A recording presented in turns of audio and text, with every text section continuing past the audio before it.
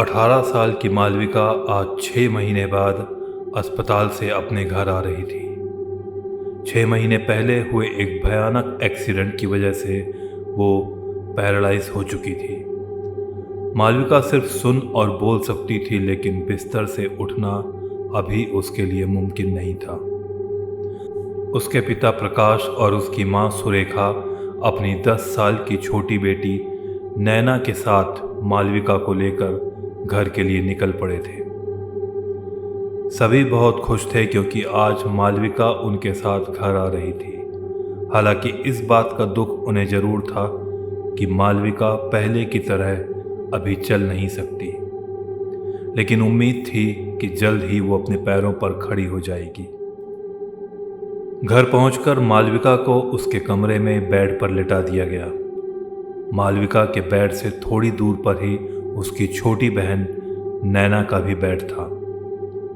रात को खाने के बाद जब सब सोने चले गए, नैना ने मालविका के पास आकर बड़े प्यार से कहा, दीदी, अगर रात में कोई भी जरूरत हो तो आप मुझे आवाज दे देना, मैं यहीं पास में ही सो रही हूँ। प्रकाश और सुरेखा अपने कमरे में सो रहे थे और नैना मालविका से थोड़ी दूर पर अपने बेड पर लेटी हुई लगातार मालविका को देख रही थी। दीदी, आप जल्दी से ठीक हो जाओ, फिर हम दोनों खूब खेलेंगे। और पता है, पापा ने कहा है जब आप ठीक हो जाओगी ना तो हम लोग घूमने चलेंगे। और हाँ, कल मैं आपके लिए स्कूल से लौटते वक्त आपकी फेवरेट चॉकलेट भी लेकर आऊंगी। नैना लगातार बोले जा रही थी, लेकिन मालविका चुपचाप छत को निहार रही थी। बातें करते करते थोड़ी देर बाद नैना भी नींद की आगोश में डूब गई। सुबह नैना थोड़ी गुमसुम और उदास लग रही थी। सुरेखा को लगा शायद मालविका की यह हालत देखकर वो उदास है, लेकिन जब नैना स्कूल जाने के लिए तैयार हो रही थी तो उसने सुरेखा के कान में धीरे से कुछ ऐसा कहा जिसे सुनकर सुरेखा एक पल के लिए सहम गई। मम्मा, आपको पता है दीदी चल सकती है। मैंने उन्हें कल रात कमरे में घूमते हुए देखा था और वो दीवार की तरफ देखकर किसी से बातें भी कर रही थी, लेकिन वहाँ कोई भी नहीं था। लेकिन सुरेखा ने उसे नैना का सपना समझकर टाल दिया और उसे समझाते हुए कहा, हाँ बेटा, तुम्हारी दीदी जल्द ही अपने पैरों पर खड़ी हो जाएगी, लेकिन अभी तुम्हें स्कूल के लिए देरी हो रही है ना, बस आती ही होगी। चलो जल्दी से ब्रेकफास्ट कर लो। मम्मा का प्यारा बेटा। लेकिन मम्मा, वो सपना नहीं था। जब रात में मेरी नींद खुली तो मैंने दीदी को चलते हुए देखा था, सच में। नैना, कहानियाँ बनाना बंद करो, जल्दी से तैयार हो जाओ, मुझे और भी काम है। थोड़ी देर बाद प्रकाश अपने ऑफिस चला गया, नैना स्कूल, और सुरेखा घर के काम में बिजी हो गई। सुरेखा और प्रकाश दोनों ही इस बात को नैना का एक सपना समझकर भूल चुके थे। शाम को स्कूल से आने के बाद नैना जब अपने दोस्तों के साथ गार्डन में खेल रही थी, तभी उसकी नज़र अपने फ्लैट की खिड़की पर पड़ी। उस खिड़की पर मालविका को खड़ा देखकर एक बार फिर नैना चौंक गई। उसने धीरे से हाथ उठाकर मालविका को हाय किया। बदले में मालविका ने भी नैना को हाथ दिखाया। नैना तुरंत खेल छोड़कर वापस अपने घर की ओर भागी और सेकंड फ्लोर पर अपने घर पहुंचकर उसने ये बात अपनी माँ को बताई कि मालविका दीदी खिड़की के पास खड़ी हुई हैं। सुरेखा को नैना की बात पर गुस्सा जरूर आया, लेकिन फिर उसकी बात मानकर वो मालविका के कमरे में गई। लेकिन दरवाज़ा खोलने पर उसने देखा कि मालविका चुपचाप अपने बिस्तर पर सो रही थी। नैना बार बार उसे ये कहती रही कि मालविका दीदी खिड़की पर खड़ी हुई थी, लेकिन सुरेखा ने उसकी बात नहीं मानी। शाम को प्रकाश ऑफिस से वापस जब घर आया तो सुरेखा ने भी नैना की बात उसे बताई, लेकिन प्रकाश ने भी उसे सीरियसली नहीं लिया। रात को जब प्रकाश, सुरेखा और नैना ड्राइंग रूम में टीवी देख रहे थे और मालविका के बेडरूम का दरवाज़ा बंद था, तभी नैना ने कुछ ऐसा देखा जिसे देखकर वो थोड़ा सहम गई। उसने अपने मम्मी पापा को बेडरूम की तरफ इशारा करते हुए धीरे से उनके कान में कहा, पापा, मालविका दीदी के कमरे में कोई चल रहा है। प्रकाश और सुरेखा ने जब नीचे झुक कर देखा तो उन्हें भी ऐसा लगा कि दरवाजे के दूसरी तरफ कोई चल रहा था। प्रकाश ने जाकर धीरे से दरवाज़ा खोला, लेकिन तब भी मालविका अपने बिस्तर पर लेटी हुई छत को निहार रही थी। प्रकाश और सुरेखा को लगा कि शायद ये उनका वहम था, लेकिन नैना, जिसने मालविका को रात को चलते हुए और किसी से बात करते हुए देखा था, वो ये मानने तैयार नहीं थी कि मालविका चल नहीं सकती। रात को जब सब सोने चले गए तो नैना ने मालविका के पास आकर धीरे से कहा, मैं जानती हूँ दीदी, तुम चल सकती हो, तो फिर मम्मी पापा को क्यों नहीं बताती? नैना की बात सुनकर मालविका ने बड़े अजीब तरीके से नैना को देखकर मुस्कुराया और कहा, मैं तेरी मालविका दीदी नहीं हूँ, मैं राधिका हूँ। मालविका की आवाज़ और उसकी आंखें देखकर नैना एक पल के लिए घबरा गई और चुपचाप जाकर अपने बिस्तर में चादर ओढ़कर लेट गई। डर के मारे उसके हाथ पैर कांप रहे थे और सांसें फूल रही थी। तभी उसने महसूस किया कि मालविका अपने बिस्तर से उठ रही है। मालविका नैना के बिल्कुल करीब आई और उसके कान में धीरे से कहा, अगर ये बात तूने अपने मम्मी पापा को बताई तो मैं तुझे खा जाऊंगी। नैना मालविका का ये रूप देखकर बुरी तरह डर चुकी थी, इसलिए उसने ये बात घर में किसी को नहीं बताई। लेकिन जब अगले दिन शाम को सुरेखा नैना के साथ बाजार से लौट रही थी, तब एक बार फिर नैना की नज़र अपने कमरे की विंडो पर गई और नैना ने सुरेखा का हाथ जोर से खींचते हुए ऊपर की ओर इशारा किया। और जैसे ही सुरेखा की नज़र अपने फ्लैट की विंडो पर पड़ी, सुरेखा की आंखें फटी की फटी रह गईं। खिड़की पर मालविका खड़ी हुई आसमान को देख रही थी। सुरेखा नैना को लेकर तेजी से भागती हुई अपने घर पहुंची और वो अभी मालविका के कमरे की तरफ बढ़ ही रही थी कि तभी उसे किचन से कुछ आवाज़ सुनाई दी। सुरेखा धीरे धीरे दबे कदमों से किचन की तरफ बढ़ने लगी।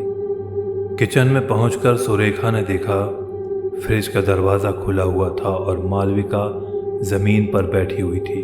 उसने धीरे से मालविका को आवाज़ दी। मालविका? सुरेखा की आवाज़ सुनकर मालविका ने सुरेखा की तरफ देखा। मालविका को इस हालत में देखकर सुरेखा के होश उड़ गए। उसने तुरंत नैना की आंखें बंद करके उसे अपनी बाहों में खींच लिया। मालविका फ्रिज से निकालकर कच्चा मांस खा रही थी। मालविका, ये क्या कर रही हो तुम? मालविका ने बड़े ही भयानक तरीके से मुस्कुराते हुए कहा,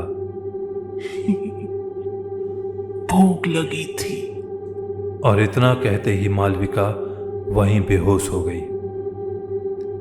सुरेखा ने जल्दी से फ़ोन करके प्रकाश को घर बुलाया और प्रकाश के आते ही नैना ने उन्हें उस रात की बात बताई जब मालविका ने उससे कहा था कि वो मालविका नहीं, राधिका है। राधिका का नाम सुनते ही प्रकाश सोच में पड़ गया। राधिका? ये राधिका कौन है? मैंने ये नाम सुना है कहीं। राधिका? राधिका तो प्रकाश, राधिका तो अस्पताल में नैना के साथ थी। ठीक मालविका के बगल वाले बेड पर थी वो। बेचारी को कैंसर हुआ था। वो हमेशा मालविका से बात किया करती थी, लेकिन कुछ दिन पहले तो उसकी डेथ हो गई थी। सुरेखा की बात सुनते ही प्रकाश घबरा कर खड़ा हो गया और उसने तुरंत अपना फ़ोन निकालकर किसी को कॉल किया। और कुछ घंटे बाद प्रकाश का एक दोस्त एक तांत्रिक के साथ वहां पहुंच चुका था। मालविका हमेशा की तरह अपने बिस्तर पर लेटी आंखें फाड़े हुए छत को निहार रही थी, लेकिन जैसे ही उस तांत्रिक ने प्रकाश के घर में कदम रखा, मालविका अपने बिस्तर से उतरकर कमरे के कोने में भीगी बिल्ली की तरह जाकर बैठ गई। जब प्रकाश और सुरेश उस तांत्रिक के साथ मालविका के कमरे में पहुंचे तो मालविका को बिस्तर के नीचे देखकर दोनों हैरान रह गए। वो जमीन पर बैठी हुई अपने दोनों पैरों के बीच अपने चेहरे को छुपाई हुई थी। उसके बाल पूरी तरह बिखरे हुए थे और हाथ पैर कांप रहे थे। तांत्रिक ने मालविका के पास जाकर पूछा, कौन है तू? क्या नाम है तेरा? मालविका ने सर उठाकर तांत्रिक की आंखों में आंखें डालकर कहा, राधिका। लेकिन यह आवाज़ निश्चित रूप से मालविका की नहीं थी, बल्कि उसके अंदर से कोई और बोल रहा था। तांत्रिक ने मालविका के सर पर हाथ रखते हुए कहा, तू यहाँ क्यों आई है? ये तेरा शरीर नहीं है, तुझे यहाँ से जाना होगा। छोड़ दे इस बच्ची को। छोड़ दूं? ऐसे कैसे छोड़ दूं? इसे छोड़ दूंगी तो मैं कहाँ जाऊंगी? तेरा समय पूरा हो चुका है राधिका, जा, चली जा यहाँ से। नहीं, मेरा समय अभी पूरा नहीं हुआ है। आखिर गलती क्या थी मेरी? मैं भी जीना चाहती थी। भगवान ने मुझे ही क्यों ये बीमारी दी? नहीं, मैं कहीं नहीं जाऊंगी, और अगर मैं गई तो मैं इस लड़की को भी अपने साथ लेकर जाऊंगी। मालविका के मुंह से ये बात सुनकर सुरेखा घबरा गई। नहीं नहीं, मेरी बेटी को कुछ मत करना प्लीज़। अगर तुम यही चाहती हो तो तुम यहाँ रह सकती हो। कुछ पल के लिए घर में सन्नाटा छा गया था। मालविका अपने कमरे में बंद थी और ड्राइंग रूम में सभी लोग बैठे हुए सोच रहे थे कि मालविका के अंदर से राधिका को कैसे बाहर निकाला जाए। तभी सुरेखा के मन में ख्याल आया, प्रकाश, मुझे लगता है हमें राधिका की माँ को यहाँ बुलाना चाहिए, शायद वो हमारी कुछ मदद कर सके। सभी को सुरेखा की बात सही लगी। उनके पास और कोई चारा भी नहीं था, इसलिए सुरेखा ने राधिका की माँ को फ़ोन करके उसे सारी बात बताई। सुरेखा की बात सुनते ही राधिका की माँ तुरंत उनके घर पहुंच गई, और जैसे ही राधिका की माँ ने मालविका के कमरे का दरवाज़ा खोला, मालविका की हालत देखकर वो घबरा गई। मालविका खिड़की के ऊपर चढ़कर बैठी हुई थी, जैसे वो खिड़की से कूदने ही वाली हो। उसके बाल बुरी तरह बिखरे हुए थे और जगह जगह चोट के निशान थे। कमरे का सारा सामान अस्त व्यस्त पड़ा हुआ था। राधिका की माँ ने धीरे से उसे आवाज़ दी, राधिका बेटा। अपनी माँ की आवाज़ सुनकर उसने झट से पलट कर देखा। अपने सामने अपनी माँ को देखते ही उसके एक्सप्रेशन चेंज हो गए और वो दौड़कर अपनी माँ से एक छोटे बच्चे की तरह लिपट गई। माँ, तुम आ गई। मुझे मालूम था माँ तुम जरूर आओगी। माँ तुम जरूर आओगी। मुझे अपने साथ ले चलो माँ, मुझे अपने साथ ले चलो माँ। राधिका की माँ ने बड़े प्यार से उसके बालों को सहलाते हुए कहा, तू तो हमेशा मेरे साथ है बेटा। तेरे साथ बिताए हुए हर पल, तेरी हर चीज मेरे पास है, और तू तो मेरा सबसे अच्छा बेटा है ना। मालविका ने अपनी माँ की तरफ देखकर बड़ी मासूमियत से हाँ में सर हिलाया। तो छोड़ दे इस लड़की को। तेरी जिंदगी तो पूरी हो चुकी है बेटा, जीने दे इस लड़की को अब। अपनी माँ के मुंह से ये बात सुनकर मालविका की आंखों में आंसू आ गए, क्योंकि वो शरीर तो मालविका का था, लेकिन उसके अंदर आत्मा राधिका की थी, और राधिका अपनी माँ को छोड़कर नहीं जाना चाहती थी। लेकिन बहुत समझाने के बाद राधिका ने मालविका के शरीर को छोड़ दिया और हमेशा के लिए वहाँ से चली गई। सब कुछ पहले जैसे नॉर्मल हो चुका था। मालविका के ठीक हो जाने के कारण घर के सभी लोग खुश थे। रात को नैना ने मालविका को प्यार से गुड नाइट कहा और चादर ओढ़कर सो गई। लेकिन तभी उसके कान में धीरे से वही आवाज़ सुनाई दी। नैना, मैंने कहा था ना, मम्मी पापा को कुछ नहीं बताना।